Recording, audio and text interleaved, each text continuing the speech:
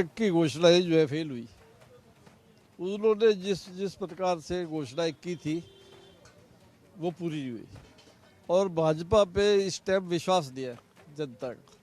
जनता उनको हटाना चाहती है इस सरकार में।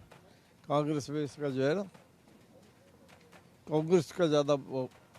सुभाष सुधा जी को पिछली बार यहाँ से मौका दिया गया, क्या वो जनता की उम्मीदों पर खरा नहीं उतरे? जनता की उम्मीदों पे खरा नहीं उतरे और लोग इसी बात से ज़्यादा परेशान है कि उन्होंने जो है ना क्या उसका काम थे जो यहाँ पर नहीं करवाए गए? यहाँ पे यहाँ पे जो जो घोषणाएं उन्होंने की, ये ब्रह्म सरोवर है आपका, इसमें उसने ये कहा था रनिंग वाटर करेंगे। 10 साल हो गए रनिंग ऐसी खड़ा और कहते हैं 17 करोड़ पानी चला दी। अच्छा, हम लोग अभी फिलहाल जो हैं ब्रह्म सरोवर के सामने हैं और उसके बिल्कुल सामने ये चौपाल सजी हुई है। सबसे खास बात आपको अभी बताएंगे कि क्या कुछ ब्रह्म सरोवर की खासियत है, वो भी आपको बताएंगे। लेकिन जिस तरीके से आपने यहाँ पर सरोवर का मुद्दा छेड़ा, क्या कुछ इसमें डेवलपमेंट हुआ है? क्योंकि अगर बात की जाए तो दूर दराज से, विदेशों से भी लोग यहाँ पर आते हैं। जब गीता जयंती होती है तब खासकर यहाँ पर लोगों की खासी भीड़ देखी जाती है। कई कार्यक्रमों का आयोजन होता है, वीवीआईपी भी यहाँ पर आते हैं। तो क्या कुछ बदलाव देखा? क्योंकि आप तो यहाँ पर सालों से हैं, तो अपने सामने देखा होगा, कुछ बदलाव भी देखे होंगे, तस्वीरें भी बदलती नजर आई होंगी। ये जो कुछ ढांचा बड़ा हुआ है ना, ये गुलजारी लाल नंदा जी के टाइम का बड़ा हुआ और इसके डेवलपमेंट अब 10 साल में बिल्कुल नहीं हुई। फर्श आपने देखे होंगे टूटे पड़े हैं इसके और इसमें काफ़ी जो है ना छतें भी खराब हुई पड़ी है। ऊपर का रास्ता सारा खत्म है, कोई जाता नहीं ऊपर। तो इनको मरम्मत नहीं है, प्रबंधन नहीं है इनका बिल्कुल भी। प्रबंधन नहीं है यहाँ पे। क्या कुछ काम ऐसे हैं जो होने बाकी हैं? और यहाँ पे इसका तो बहुत स्कोप है, कुछ भी यहाँ पे डेवलपमेंट किया जा सकता है, पर कोई प्लानिंग नहीं है इसके लिए। और ये जो है ना विश्व स्तर का तीर्थ है। अभी हाल ही में प्रधानमंत्री मोदी ने कई सारी ऐसी सौगातें हैं जो किसानों को दी हैं, तो क्या उससे अभी किसान संतुष्ट नहीं हुए हैं? किसानों को जो मोदी के द्वारा जो ये आप बता रहे हैं, ये सिर्फ एक प्रॉपर जुमलेबाजी है। पहले किसानों की जो फसल सीधे मंडी में जाती थी, अब तो उन्होंने इतने पोर्टल बना दिए कि किसान अपनी फसल कटवाता है, पोर्टल आएगा, अपनी फसल लेके आएगा। क्या पता पोर्टल में सर्वर डाउन हो गया तो फसल अपना उसके बाहर खड़ी रहेगी मंडी के बाहर। और ये हर प्रकार से किसान को, व्यापारी को, मजदूर को मारने वाली सरकार है। और हरियाणा में इन्हीं चीज़ों से परेशानी होके अनाउंस जो इलेक्शन कमीशन ने जो चुनाव की शुरुआत की थी, उस दिन हरियाणा प्रदेश के अंदर बीजेपी के खिलाफ कांग्रेस की हवा थी। अब वो लहर बन चुकी है और 5 तारीख को वो सुनामी के रूप में दिखाई देगी और 8 तारीख को जो परिणाम आएंगे, हो सकता है कि अब की बार कांग्रेस 70 पार भी हो सकती है। तो आप कह रहे हैं कि अब की बार कांग्रेस 70 पार भी हो सकती है। लोकसभा में जो परिणाम सामने आए वो 5-5 के थे, इक्वल वहां पर परिणाम देखे गए। उसके बाद कहा जा रहा है कि भारतीय जनता पार्टी को कड़ी मशक्कत करने की जरूरत है। तो वहीं अगर माना जाए तो हुड्डा साहब इतने ज्यादा कॉन्फिडेंट नजर आ रहे हैं कि आम आदमी पार्टी के साथ भी गठबंधन करने से उन्होंने साफ तौर पर इनकार कर दिया था। ये फैसला क्या सही था? बिल्कुल सही था। कांग्रेस अकेले ही रणभूमि में इस बार फतेह हासिल करेगी? बिल्कुल करेगी। कांग्रेस का यहाँ से एक लंबे समय से वजूद रहा है। ये तो एक चांस की बात थी कि बीजेपी के लोगों ने मोदी जी पे विश्वास करके 10 साल का शासन बीजेपी को दिया। बाकी बीजेपी का यहाँ कोई धरातल नहीं है, कांग्रेस का यहाँ पर धरातल है। आपने कहा बीजेपी का धरातल नहीं है, लेकिन फिलहाल जो मौजूदा विधायक हैं सुभाष सुधा, वो तो भारतीय जनता पार्टी से ही हैं। यहीं की जनता ने उन्हें जिता के विधायक बनाया है।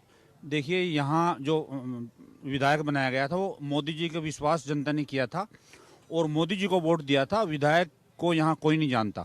यहाँ जो वोट पड़े थे वो मोदी जी के नाम पे पड़े थे, बीजेपी की यहाँ। लेकिन विधायक को जब वोट दिए जाते हैं तो वो स्थानीय मुद्दों पर दिए जाते हैं, और आप कह रहे हैं कि प्रधानमंत्री मोदी जी के चेहरे को देखते हुए वोट दिए गए थे। तो लोगों ने 2 चीजें देखी थी, प्रधानमंत्री जी का चेहरा और कमल का फूल।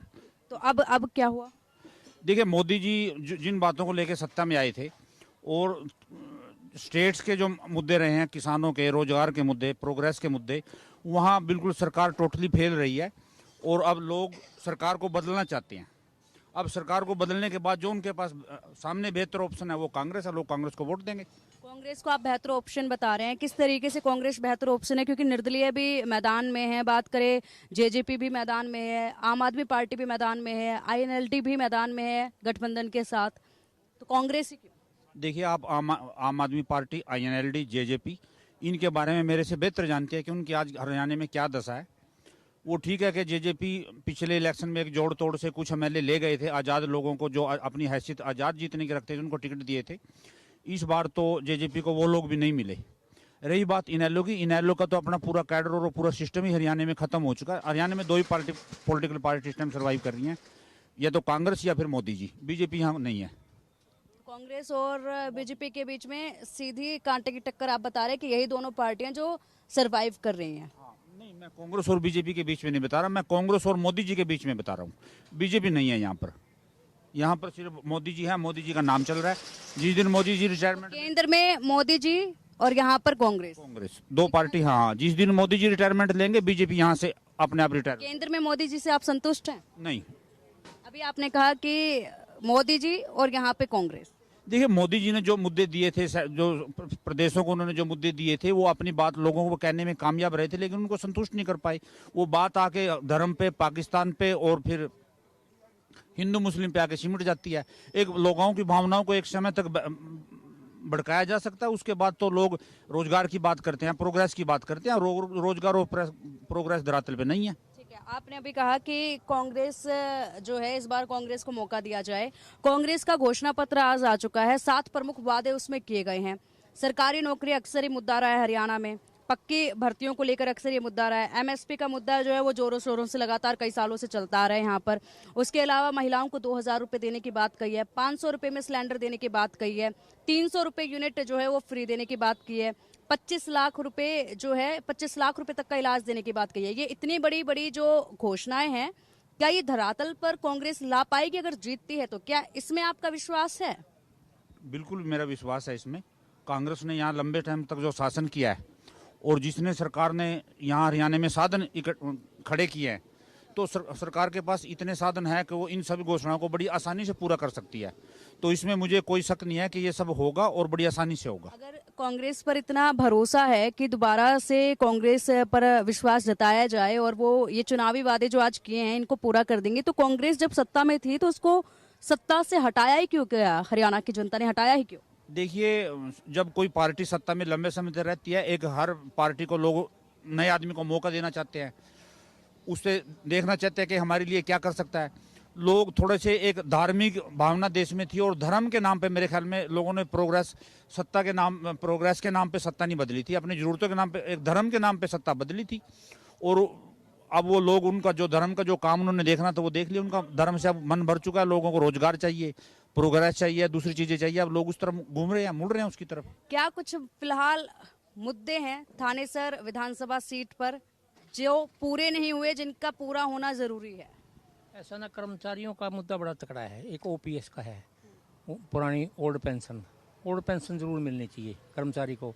एक जो है एमएलए को 3-3 बार वो बनते हैं और 3-3 बार उनको पेंशन मिलती है। वो क्यों ले रहे हैं? फिर एक कर्मचारी 35 साल सर्विस करता है, उसको पेंशन है नहीं, या क्या ओल्ड पेंशन उसको मिलनी चाहिए? ओल्ड पेंशन का मुद्दा सबसे है बढ़िया है।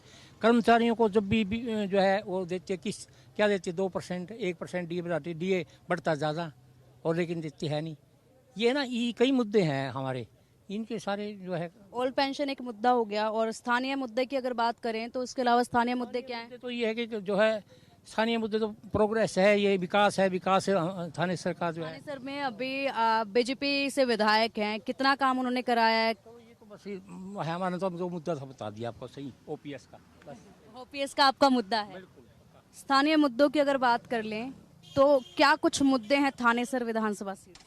देखिए, वैसे अगर आप ना यहाँ पर ये देखो कि विकास की बात करूँ तो विकास पिछले 10 साल में बहुत ज़्यादा हुआ है।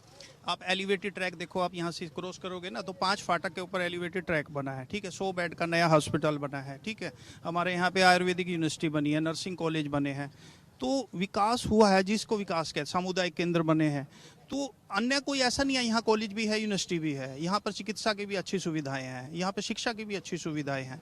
अगर मैं यहाँ पे बात करूँ कि कुरुक्षेत्र की वर्तमान की समस्या क्या है, तो वो कुछ हद तक एंक्रोचमेंट की तो है कि एंक्रोचमेंट आपको सड़कों पे देखने को मिलेगी कि दुकानदार बाहर रेडियाँ लगवा देते हैं। इवन देन हम लोग यहाँ पे कुर्सियाँ लगा के जो ये बैठे हैं ये सब एंक्रोच्ड है।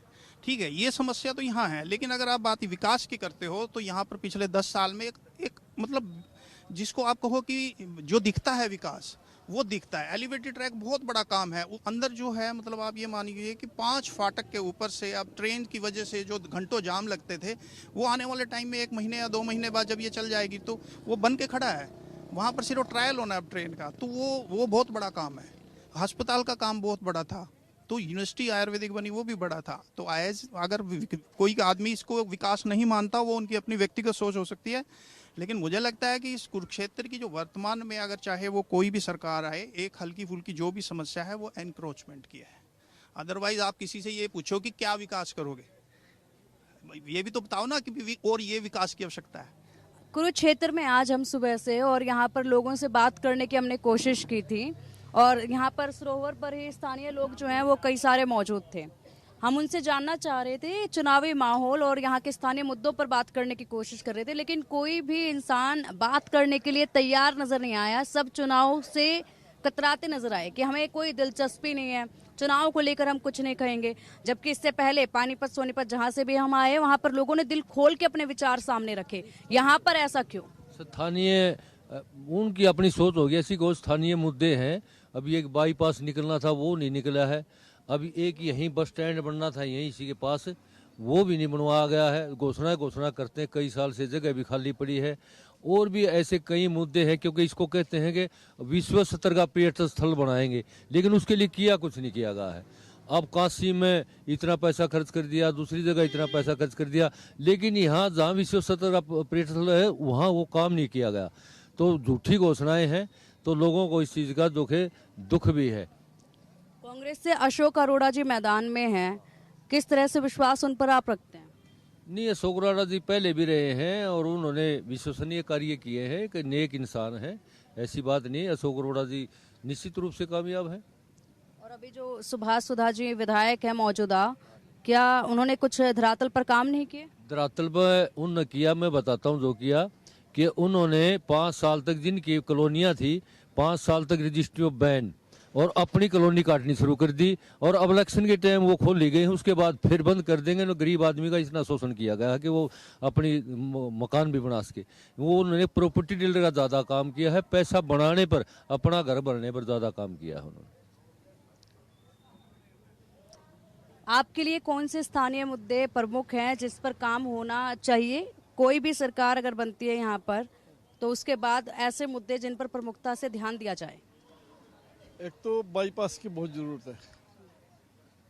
कुरुक्षेत्र के अंदर बाईपास बनाने की घोषणा भी कर रखी है, पर वर्क नहीं हुआ उस पर। और ब्रह्म सरोवर के सुधार के लिए बड़ी भारी आवश्यकता है, क्योंकि यहाँ लाखों की तादाद में लोग आते हैं। और एक यहाँ से जो है ना डिमांड है लोगों की, रेलवे लाइन बढ़ाई जाए कुरुक्षेत्र से यमुनानगर, ताकि कुरुक्षेत्र, जब सरस्वती, जमुना और गंगा तीनों का मेल हो सके, क्योंकि ये एक ऐसी सरस्वती तीर्थ है ये यहाँ पे। तो गंगा, यमुना, सरस्वती तीनों का जोड़ा जाए इनको आपस में। यात्री एक जगह से चले तो तीनों जगह पे जाए। तो कुरुक्षेत्र का रन है ये, और थानेसर विधानसभा सीट से हम लोगों ने चुनावी माहौल जानने की कोशिश करी और स्थानीय लोगों के मन को टटोलने की कोशिश करी। खासी नाराजगी जो है मौजूदा विधायक को लेकर यहाँ पर नजर आई है। कई सारे ऐसे काम हैं जो होने बाकी हैं, और ये धर्मस्थली है जिस तरीके से जानते हैं। सरोवर यहाँ पर है बिल्कुल सामने मेरे पीछे, और उस पर कई सारे ऐसे कार्य हैं जो होने अभी बाकी हैं। वो भी स्थानीय लोगों की मांग है, क्योंकि यहाँ पर दूर दराज से, विदेशों से भी टूरिस्ट आते हैं और धार्मिक स्थान होने के नाते भीड़ अक्सर देखी जाती है। इसको लेकर भी कई काम ऐसे होने बाकी हैं जो यहाँ के लोगों की प्रमुख मांग है। इसके अलावा भी कई स्थानीय मुद्दे यहाँ पर रखे गए हैं जिस पर सरकार को ध्यान देने की जरूरत है, और मिला जुला असर जो है वो देखा गया है। फिलहाल चुनावी नतीजे बताएंगे कि जो अभी हमने मन टटोला है वो वाकई में वही रहेगा या फिर नतीजे कुछ और सामने आएंगे।